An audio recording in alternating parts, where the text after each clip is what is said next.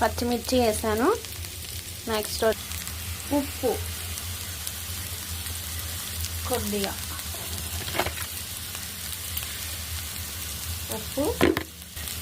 కొద్దిగా పసుపు.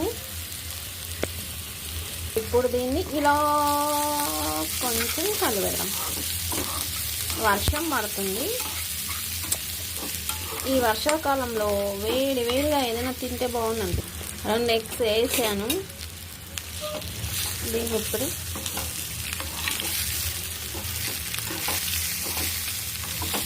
సింపుల్గా అయిపోవాలంటే ఇలా అయిపోయింది. సూపర్ వచ్చింది. నేను చేసిన ఎగ్ పొట్టు